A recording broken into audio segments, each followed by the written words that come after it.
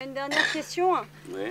Donc en fait, ce sont les gens qui se sont installés du côté Liberté d'Embeya, derrière Caille. C'est ça. Ce sont des esclaves affranchis de Oui. Dembeya qui Oui. se sont installés.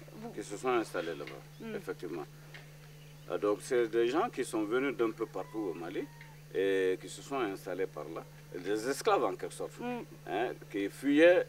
Et généralement d'ailleurs, vous avez constaté que c'était les Bambara Massassi du Kartal là, qui attaquaient Hawademba. C'est à cause d'eux qu'il a été au Bundu se réfugier. Ensuite il est revenu pour aller se confier au roi Malinké, Fatma Sissoko, Saboulogo, Sabousire. Et ces gens-là sont venus par la suite se confier aux Français qui étaient là, en quelque sorte. C'était sous le règne de Djoura Sambala. Parce que en fait le siège a eu lieu sous le règne de Djoura Sambala. Voilà. Donc maintenant, des esclaves affranchis, on les appelle les libérés. Mais contrairement à la bonne prononciation, on les a appelés libertés comme ça. Hein? Liberté ou do, dans le dialecte local, ça veut dire que c'est des gens libérés. Voilà. Et vous connaissez également l'expression Djombourou?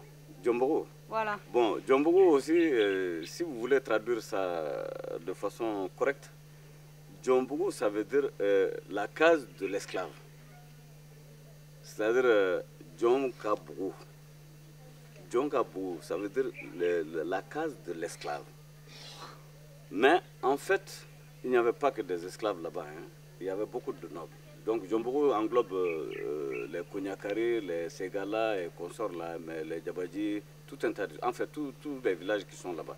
Et ils sont juste à côté du Konsiga également. Et vous avez le Sanga vers l'Armané. Donc vous voyez que généralement, en cette période-là, il y avait des razzias qu'on effectuait et on pourchassait les gens pour les prendre de force et les vendre. Et ces gens-là, on venait les vendre sur ce marché-là ici d'ailleurs. C'est pourquoi bon, souvent là, on dit que la rive droite servait à ravitailler la rive gauche. C'était des gens qu'il fallait piller, hein, non seulement pour leur enlever leur récolte, mais également les prendre de force eux-mêmes pour venir les vendre. Voilà. Et on m'a dit aussi qu'il y avait beaucoup d'esclaves qui s'échappaient vers les collines de Mameri. Vous avez entendu parler de ça? Bien sûr, parce que comme vous voyez, Mérine a été choisi à cause de sa position stratégique. Et parce que c'est entouré par des chaînes de collines.